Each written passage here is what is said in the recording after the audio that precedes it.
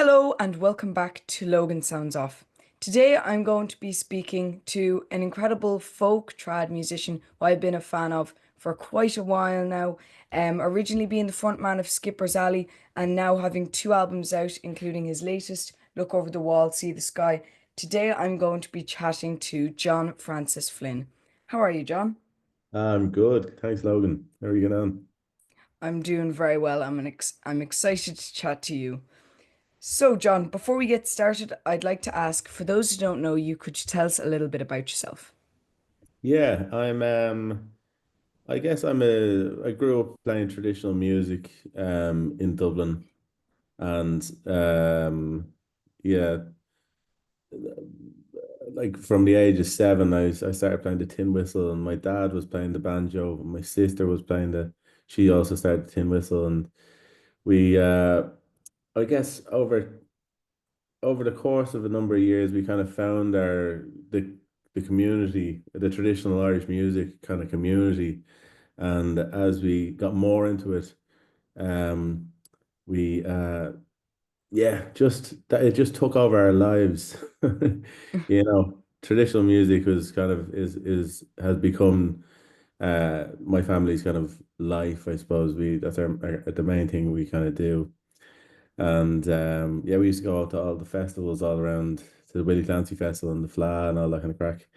Um, but um, yeah, so that's that's what I come from anyway. Yeah, and then yeah, I guess an experimental.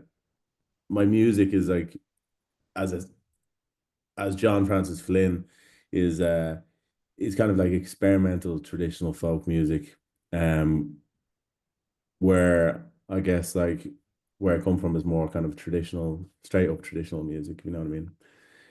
That's a rambly way of explaining what I do. Oh no, but I definitely agree. And that album, Look Over the Wall, See the Sky. If you're a folk or trad fan and you're looking for something a bit different, this is for you. This is really, really cool. I love this record. And I'm excited to get into that and a lot more throughout the interview. But you mentioned there that you played with your family a lot. Trad, obviously, you were in a very musical household.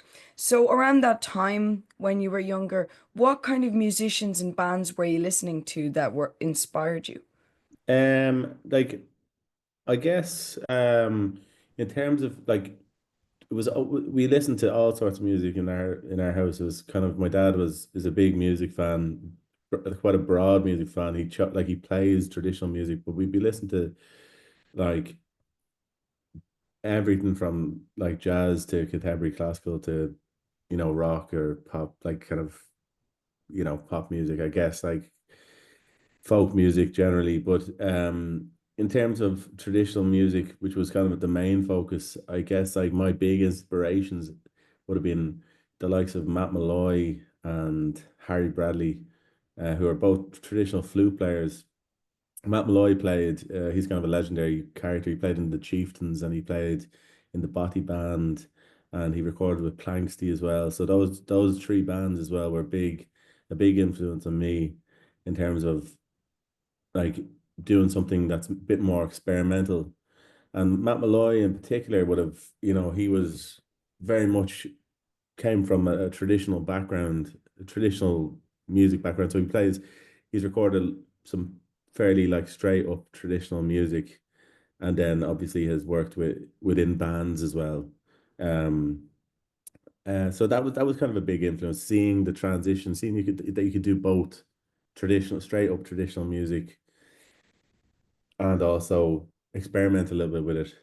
And they'd be two separate things, but they fulfill different things in I guess in your um I don't know, personality or whatever, in terms of music. But yeah, I'm rambling again. No, But no, that's yeah, really those kind of interesting. things. And then beyond that, I think uh Irlo Leonard, who was Oh, in yeah. he was in the Gloaming. That was his most recent, maybe like kind of big project that he was in. But he brought out some albums that like maybe not many people know about, that like he obviously again comes from quite a, like a traditional background in terms of his music, a Shannon singer. But he made these albums with was it with Real World Records, which is Peter Gabriel's label. I think it was like Yeah. was it John Hassel or something like that. Can't remember the producer, but they're quite like experimental ambient kind of music soundtrack almost kind of things, and he sings over them. It was quite experimental, and it came out in like the early 90s when I was growing up. When I was just like I was born in 1990, so I was like a toddler when these things were coming out. So I think that's like absolutely incredible, like really progressive stuff, as progressive as anything that's coming out at the moment. You know what I mean? And so that was a real big inspiration for me as well. Um, yeah, but all these people are able to, sing real traditional style and play in a real traditional style, and also experiment outside of that as well, which is I think that's the big inspiration for me in those people, you know. Yeah, I definitely see that just listening to your music. I can see where those aspects would inspire you. And when you mentioned Irla O'Leonard, um, actually with the Gloaming, I only know one song by the Gloaming, but I am a big fan of the song Sour Sour. Yeah, And if yeah, anybody who is listening hasn't heard that song, I'd strongly recommend, especially if you're into Lankaman, John Francis Flynn's music, check out the Gloaming. They're pretty awesome. yeah. And I know you started then singing at around 19 or 20, and as we mentioned, you were very musical from a very young age. So I'd love to speak to you about Skipper's Alley, Yeah. the first real big band that you were in, and a lot came from Skipper's Alley and a lot of interesting things that I can't wait to get into. But I know you guys met via different gigs and festivals. Could you tell us more about how Skipper's Alley started? Yeah, it's actually it's funny. Like we started as a way, it was a way to go on holidays. We weren't like there's a festival in France called Festival d'Interceltique de Lorient. Obviously, the pronunciation is shocking there, but it's a big Celtic they call it an inter-Celtic festival or something like that. So it's basically a festival celebrating all the music and culture from all of the Celtic nations in the world. And it's a massive festival, and you might have 500,000 people coming each year, and it's spread over 10 days.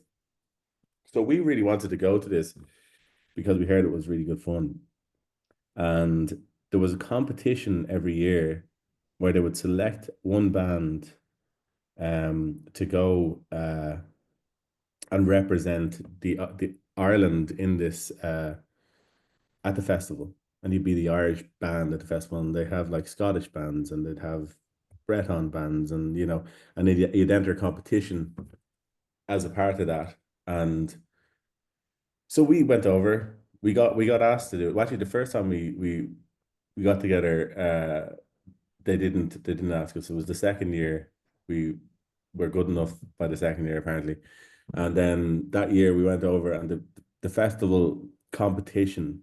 Um, we end up winning the like battle of the bands type thing that they had over The there. Loic Rosen or something? I'm Yeah, botched that pronunciation. I really did, but yeah, the like like Raison or something like that. But it was a big moment for us because we were just like, oh, like we were just literally getting a free ticket to go on a holiday, you know. But then we won this competition and we won some money. I think we won like, oh, I think like we probably won a grand or something like that. And we were like, Janie Mac, we're having a great time playing music together and arranging music together. And then turns out people, we were actually pretty good at it, and we were getting a little bit of recognition. And we said, "Do you know what, we'll just keep doing this."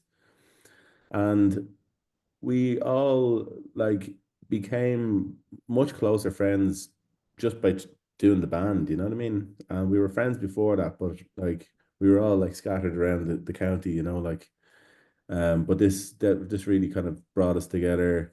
And then yeah, that's that when was that? That must have been like 2013 yeah, was so when the it was you won the trophy. Yeah. yeah, so that's 12 years ago now. Almost. Almost 12 Yeah. years ago. It's So like mad. and it's still going. Like we brought out two albums since then. We brought out an album in 2016. We brought out an album in 2019 maybe as well. That's crazy. That's crazy. Or is it 2020, was it? That's crazy. Is that long It's ago? mad. Because it didn't feel like it was that. I mean, we obviously had the COVID, the lockdown and all. But we brought out an album just before lockdown. And yeah, and then people just everyone in the band kind of just got quite busy doing their own thing. I think maybe the lockdown kind of thing got people thinking about like doing solo stuff or doing stuff in smaller projects because we couldn't actually get together to do stuff. So now we're all doing separate things. But the Skipper's Alley thing is still happening, but very On slow. hiatus. Yeah. It's yeah. Yeah, we're kind of working on stuff, but like very slowly whenever we can get together. Well, that's really cool to hear. And I'd love to just before we get into your solo career and actually some of the collaborations that you've done with some other artists, I would love to ask just in the early days of Skipper's Alley, as a fun Yeah. question, you guys played on the Late Late Show. Yeah. And that's obviously an amazing thing and a massive achievement for a lot of bands. And I'd love to just ask you, how did you find that experience getting up on stage and playing at the Late Late Show? I found it a little bit I found it a little bit annoying to be honest. Because we were asked to be on the Late Show and it was like real like a real honor, and we were very nervous and we put in a lot of work to, you know, do our music. So we were kind of like, oh, this is a great opportunity, you know what I mean? But then the producer of the show or someone in the show, I wasn't not sure who it was, said that they wanted us to do a song and they wanted us to do like a tune. So like a jig or a reel or whatever. And we were like, well, uh we don't have any like tracks that have a tune and a song in it. We just have songs or tunes. So kind of what do you want? And they were like, well, we want both. And also we want them to be in, we only have like 4 minutes. It has to be 4 minutes. And we were like, we've no tracks that are like a song and a tune would be like 8 minutes, you know? So Yeah, they made us kind of squash a load of, they made us like kind of like sing half a song and play half a tune and put it together. And we were like, it was really weird. It was really, that's so strange. and yeah, and we were kind of like, we were so young at the time that we were like, and it was like such a good opportunity, or we thought it was. I mean, it was that we were like, oh, let's just do it. It was really annoying, but let's just do it. And we did it, and it was fine. But it was just like, if that happened again, I would just tell them, yeah, yeah, well, we'll play it, we'll do it, and then we'll just play it, whatever, we should have just played whatever Yeah. we wanted to play. Because I think it goes out live. We could have just Yeah, played yeah, what we want. yeah, yeah. But no, I agree, and kind of trying to fit nearly a jig, a tune, and a song into it. You can't Yeah, really do half a song and then rush through jail or something. yeah, exactly. It's a bit hard. So, but that's really really interesting, and I didn't know that. And then, as I mentioned, I'd love to just discuss your collaborations because one of my favorite bands out there at the moment, in the folk and trad scene is Lankum. My link Mm, to my interview with Rady, Pete, and Darlin from Lankum will be down below. And they had an album called Between the Earth and Sky, and I yeah, know you played on that album as well with the yeah. slide whistle. Could you tell us a little bit more about working on that album? Yeah, I mean, like they were all friends. They're all friends of mine, and like when this whole kind of scene started, with like Lankham and myself and uh like Skir Brazali and Landless and all the people in that scene around that time. Uh, we were all just playing music together, we were all just friends, and we never expected for it to kick off like it has kicked off. So like when Lankin were making that album, they asked me, like, it was a very casual kind of thing. They were like, "Do you want to play on the album?" I was like, "Yeah, I'll play on the album. I'd love to play on the album." Like Lankin, would have been even then like one of my favorite bands in the world, and I was like, they're my friends as well. I was like, this is, you know, so I was delighted to be playing on the album. And yeah, it was just kind of a casual thing. I just showed up and they were kind of in the middle of the process. They were working on a track. I think it was Sergeant William Bailey, and I was playing. It was actually a fife, which is a kind of a tiny Oh flute, yeah. a small little flute, and I also played this kind of whoop kind of whistle as well. But the fife was on Sergeant William Bailey, tiny little like a marching band flute, and Yeah. yeah, it was fun. It was a good buzz and like an incredible album to be a part of, like even just in a small way. So yeah, Yeah, they're a really great band, and it was cool to see because I originally, before we organized this interview, I didn't actually know that you worked on the album, so it's kind of cool seeing that connection. yeah, yeah, yeah. Um, and then obviously we've mentioned Skipper's Alley now and your collaborations, so it's time to come to now your solo career, which is amazing. And you released your first album, I Would Not Live Always, in I believe it was 2021. Yeah. And obviously, you mentioned earlier about different people because of COVID were inspired to do their own solo career. So I wanted to ask you, what inspired you to start as a solo artist and start making your own music? Honestly, like it was almost an accident. I was in the right place at the right time in terms of what all I wanted to do was play music. I wasn't trying to perform. I wasn't trying to be like, I know, urge to be like famous or like a star or like try to be like get to grips with the music industry or whatever. I didn't want to climb any ladders in the music industry or whatever. Or my ambition was to play music and just to keep enjoying myself in this little scene that we had. And people just started, I was doing loads of gigs around Dublin, like just sessions, playing trad sessions and stuff like that. And all my friends were like, I was in Skipper's Alley, and that was pretty casual, even though we were putting out albums and we were like serious about the music. We weren't really making a career out of it. Um, but there was a lot of our friends like Lancome started taking off. Um, and um, more people were making bands, and more people were making a stab of it. Ye Vagabonds were kind of like taking off at the start as well. And then I don't know, people just kept asking me to do like, so as they got bigger or as they started doing bigger gigs, some of them would ask me to do the support slot, and I just be like, all right, yeah, I'll do that. And then it just grew from there. So I was just doing solo gigs as support for people. And I was like, you know what, I kind of like this, and I could pursue this. And eventually there was the record label River Lea that I put the two records out on. Um, they I had it. My friend and manager Keen, who manages Lancome, he was just like, look, these lads are on the hunt for people. They're really interested in what's happening in Ireland right now. You should do an EP or something like that. And I was like, "Do you know what? I'm not. I might as well give it a go." And I did that. And in the meantime, I went on.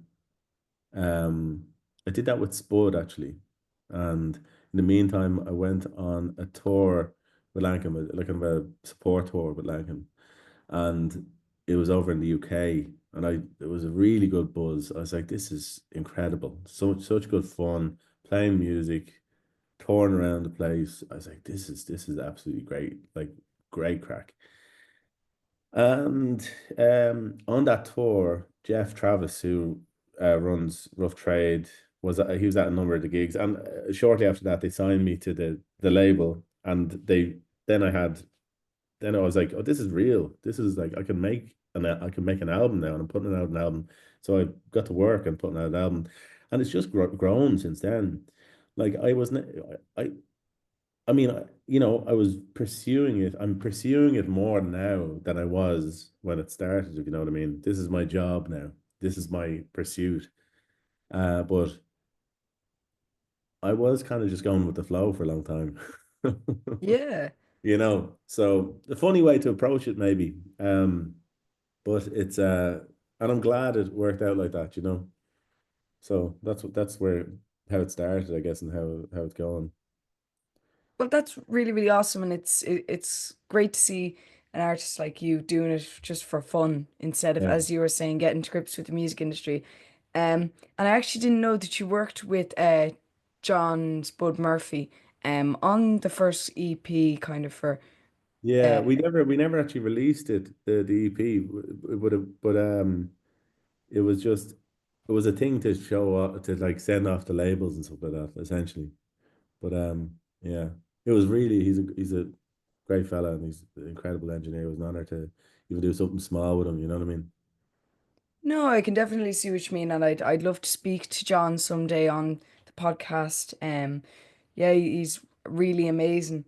So now that we're kind of at the stage, I Would Not Live Always, it's out in the world, and this was received very well. You got amazing reviews, 9 out of 10s across the board, making best album of the year lists.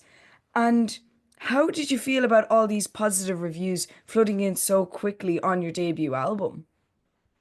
I actually couldn't believe it.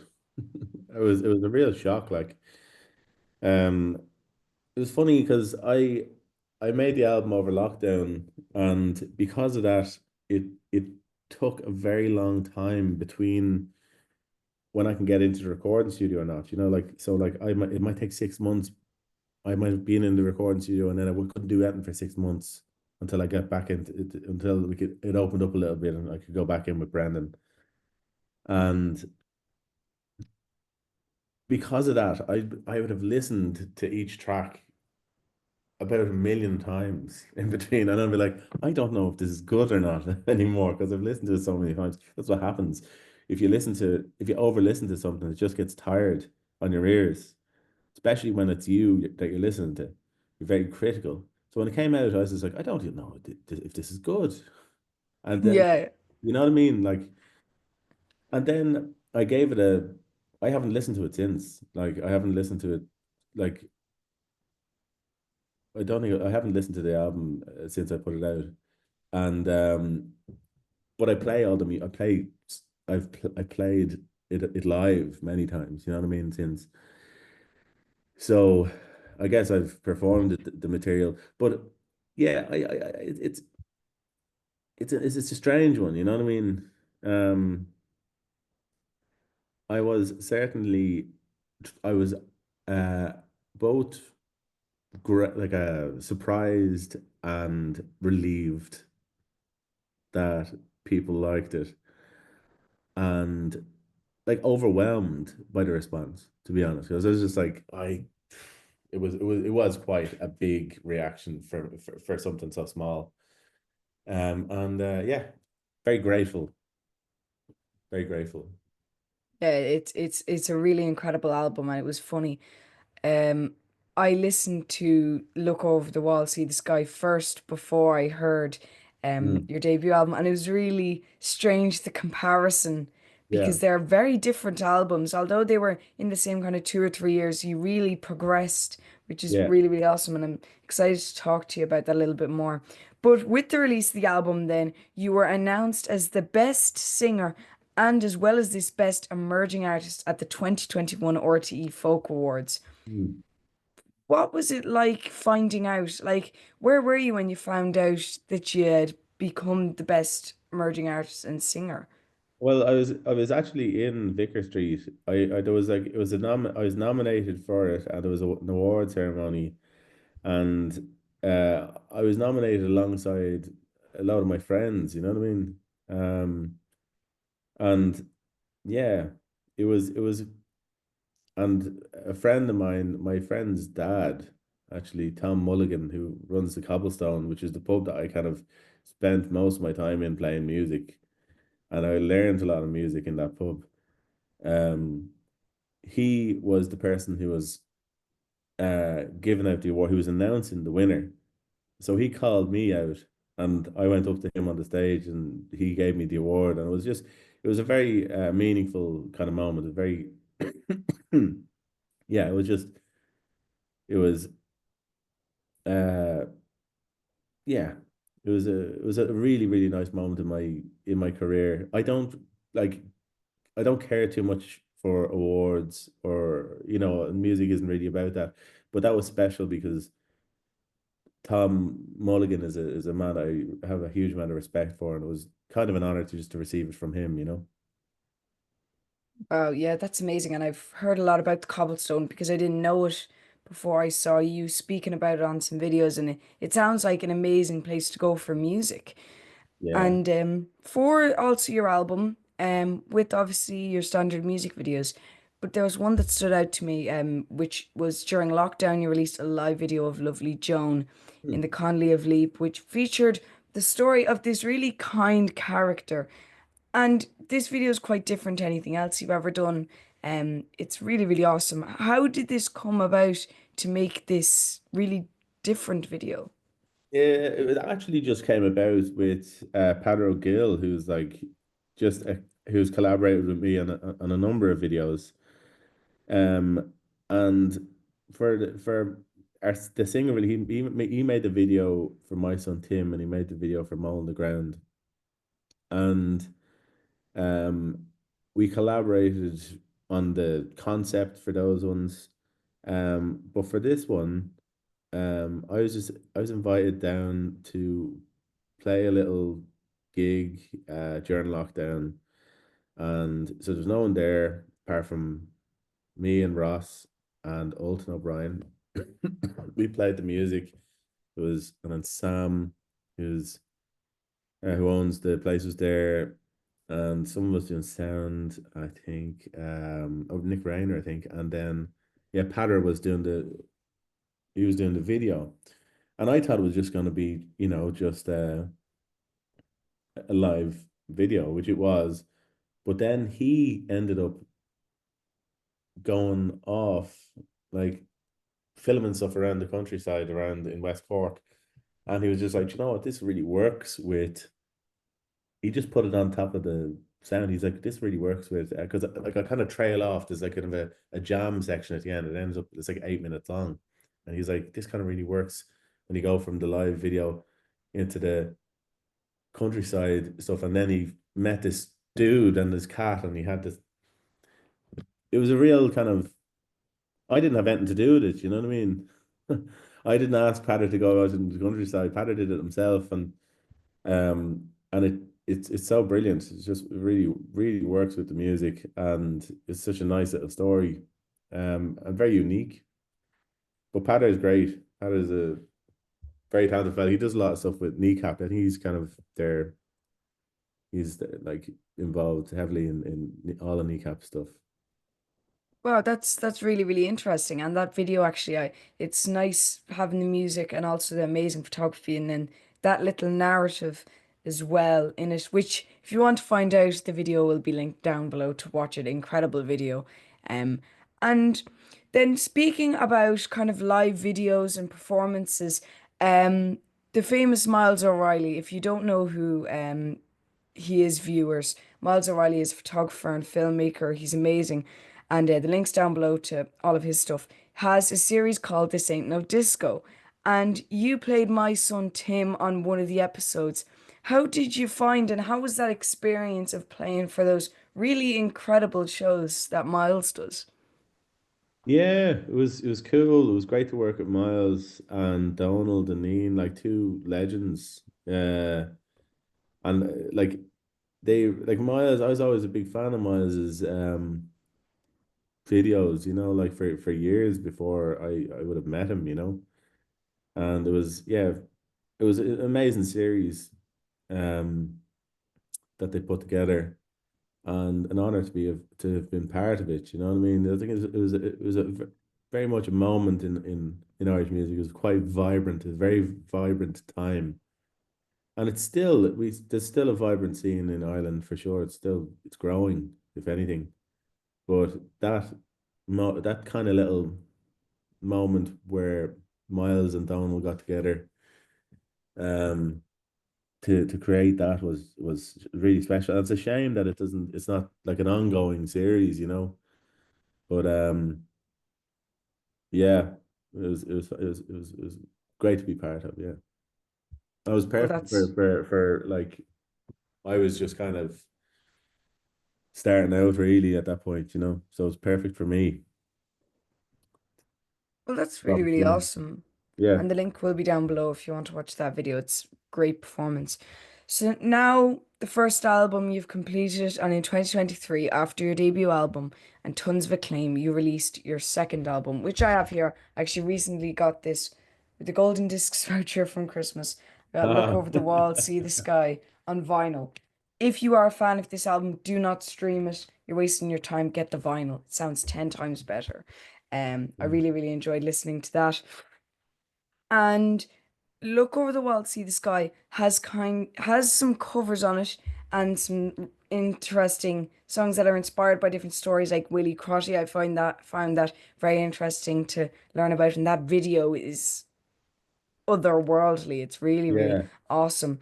And you have some covers and some reimaginations nearly of some songs like Mole in the Ground in the Zoological Gardens and Kitty, one of the highlights in the album, and the Closer Dirty Old Town. So, do you have many covers in your mind that you'd like to cover, or are there specific things in a song that makes you want to cover them, or that you like to nearly change about different songs? And Yeah. Good question. Like generally speaking, I kind of because my background is like in traditional music, I've always been singing traditional. I've always kind of on the hunt for traditional tunes and traditional songs, and like they were songs that say the first album where it was mainly built up with songs that I'd been singing for years, and then the second album, there's a couple of those songs that I've been singing for years, and but a lot of the songs actually that I was just drawn to at the time, mowing the ground for like I kind of was just drawn to it, for its kind of um, it's quite I kind of feel like it's kind of this abstracted kind of uh like anti-establishment kind of song, even though it kind of sounds like kind of a playful kind of almost children's song, but it ends up quite dark. And I was just like, wow, that's kind of there's a weird energy to that song. Really love the weirdness. It kind of gets to this very dark place.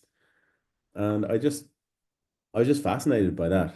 And then paired with the kind of like my own kind of where I was at the time in Dublin and how I felt like Dublin has was kind of under attack by property developers, and all of our social spaces were kind of being destroyed and turned into hotels.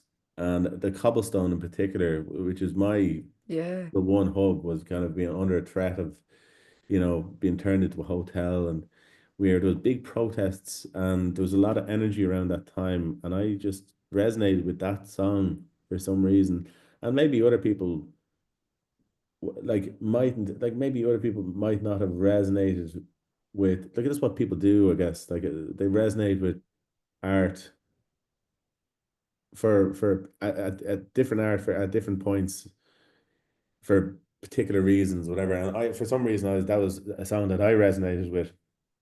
Um, so yeah, I decided to just to come up with like kind of an arrangement on it. It's quite very different to it's the normal kind of presentation of it that I had listened to. I found a few different versions of it over time. And yeah, it's quite different, you know. But then there's like the likes of Kitty, and that was I was just fascinated with the I mean, I just love Shane MacGowan and I love the Pogues. I was fascinated with with the song in general because I was just like I found out that it was a traditional song, and I was like, this is kind of, I always thought it was a Shane MacGowan song, and I was like, kind of sounds like a Shane MacGowan song. But he's saying he got it off his mother, and then I was like, wow, what's the story with this song? It's a very localized song from Tipperary, and his mother may have got it from her great uncle, apparently. Yeah, it's hard to trace back. I know that Very song hard only to goes say. quite, it only goes very small distance before you start to lose touch with it. Yeah, yeah, and you're kind of like, where is this? It's very interesting, but also it's a very beautiful song. So I was like, for those two things, I was kind of just like fascinated by the song and the where it actually came from, which it is a mystery. And well, for most people anyway, maybe someone has more information on it, but as far as I can tell, it's a bit of a mystery, and I love that. Um, and then it's just a simple, beautiful song that I just wanted to record, and I didn't know what I was going to do with it. Didn't know um I didn't know kind of I had some ideas for it, but it just kind of developed with Brendan. The two of us kind of developed it kind of naturally, and it was just like, well, kind of work came together quite quickly in the end. But yeah, and then Dirty Old Town, I had this idea for years to do this like a much slow, because Dirty Old Town is quite like a ballad, like it's a rebel kind of rebel rousing kind of like lively song, Yeah. very lively kind of song. Kind of feels like a pub song, drinking kind of song. But actually, the lyrics are so gorgeous and kind of sad and beautiful and nostalgic. And I was like, I'd love to just bring that right back and just take it really, really take a real somber, slow kind of uh approach to it. And that's kind of I wasn't intending on putting it on the album. I just wanted to record it separately, and but then it worked on the album, so I just put it on. Anyway, that's kind of happened. No, no, no, I can see that. And the way that you channel your energy into music, it's it's something that's kind of lost in a lot of music nowadays. So I think you do a really good job of that, especially on Mole in the Ground. That video is so obscure and so Yeah, offbeat. Like when I was watching it, I was going, there's something that I'm feeling, but I can't put my finger on it watching yeah, that. It was yeah, yeah, really, really strange, but awesome at the same time. And obviously, I'm not the only one who thinks so because the Pogues also liked your version of Kitty, but we'll yeah, get yeah, into the story of Kitty forming into something else last December soon. But before we get into that, finishing up talking about the last album, this was also put up again, amazing reviews from everybody. yeah, Very similar, the same publications gave very similar ratings, 9 out of 10, um, which I thought was really, really cool because they're such different albums, yet they mm, resonate the same amount, which is awesome. And this was a much more experimental album that you released and a lot more bold. And that's why I think so many people resonated with it, and that's why it was nominated or shortlisted, sorry, for an RT Choice Music Prize, the Choice Music Prize Album of the Year for mm, 2023. yeah, And that must have been just amazing to see this project that you'd been working on to get that kind of honor. yeah, yeah, yeah. Great. It was a great honor. Great. It's amazing to be recognized. As I was saying, like, I'm not like awards aren't. I don't really put a huge amount of weight into awards, but what it does do is like it's nice to get the acknowledgement and to get the recognition, especially when it's not I'm not making kind of pop music, you know what I mean? It's like it's kind of it's weird. The music is weird and it's out there, and it's great to be like it's great that the Irish music scene is so like it's very broad and healthy. And alongside me, like that year, like Lancome were obviously nominated and won the award. So like I was among friends in that as well. But yeah, it's always great to be it you know whether you win or lose these awards, but you don't really lose. It's just it's nice that people are listening, and nice that people, I guess it's just nice to get the acknowledgement. So it was a that particular award as well as yeah, it's a great honor to receive even a nomination, you know. Oh yeah, I can completely understand though why the album was shortlisted. It's an incredible piece of music. So before we finish up talking about that, link down below, stream the album, definitely follow John Francis Flynn on all the platforms, make sure you're up to date. But I would love to speak about December 17th was a big day for Irish music in 2024 because that's when the Pogues played their Red Roses for Me 40th anniversary show. Not only though, the Pogues played with many other interesting guests, including yourself. And we've been actually mentioning throughout this kind of whole episode of the amazing trad folk scene revival that's happening at the moment. If you want to discover that kind of music, just look at the set list for that gig.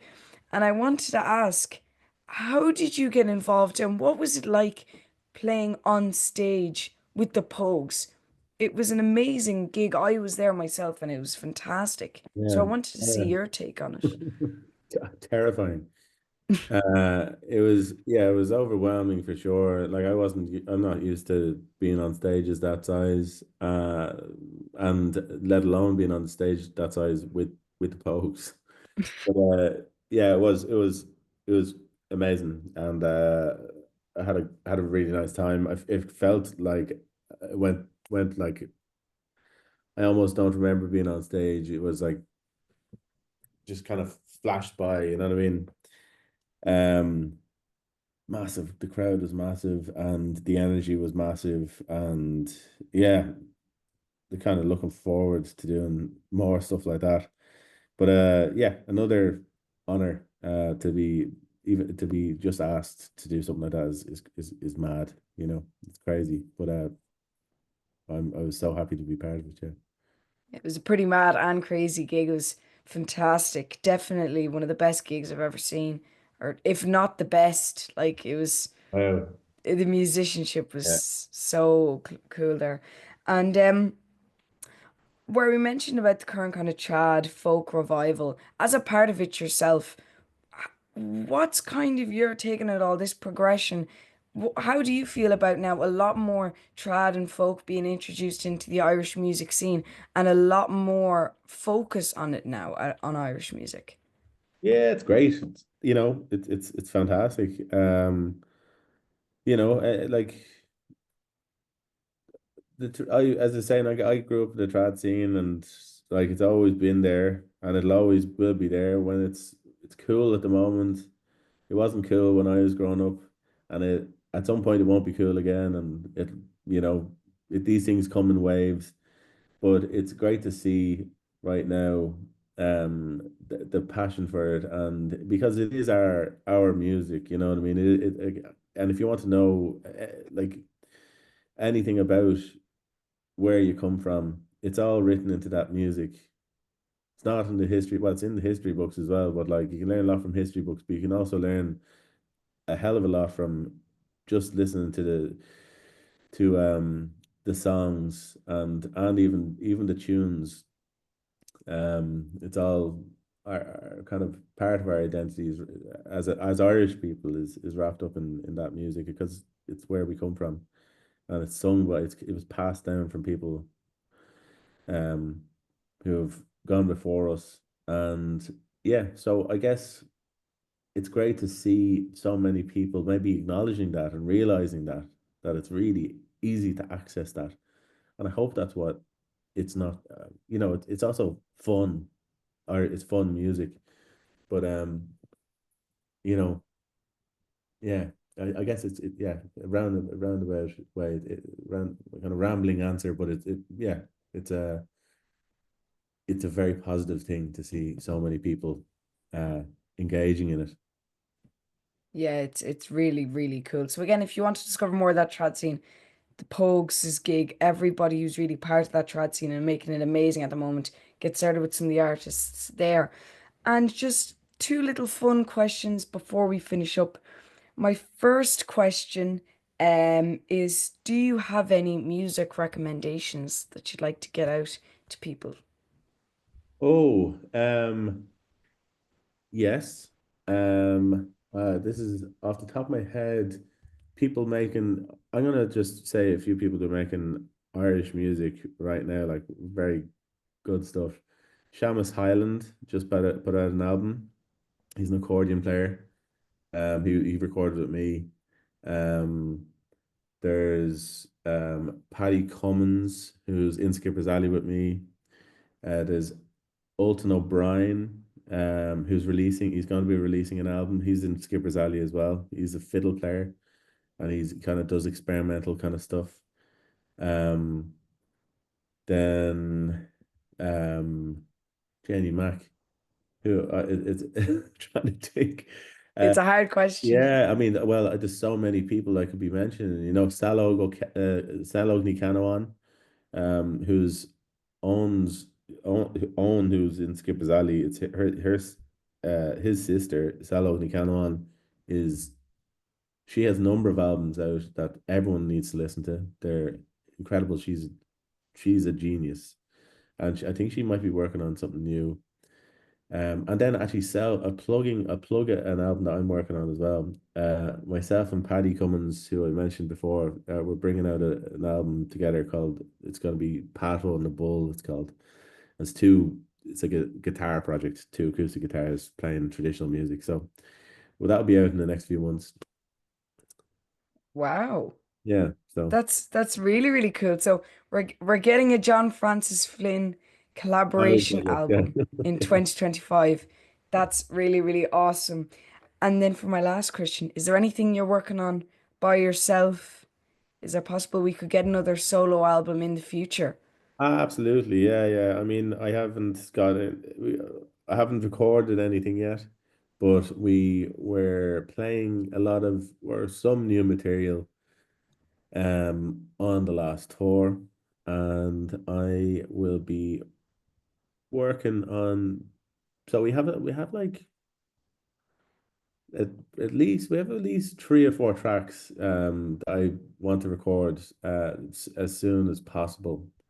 And then yeah, then I'm kind of just going to be working on the rest of an album over the next while. I have a lot of time off now before I go on tour in March. So that'll be the job for me coming up with new material. Well, that is fantastic. It's great to hear that, John. And that was my last question. And I really enjoyed chatting to you about your career. I'm a massive fan of your music, and it was great to have this chat with you. Thanks, It's really good to talk to you, Logan, as well. Yeah. Um, hopefully I'll catch you in person soon.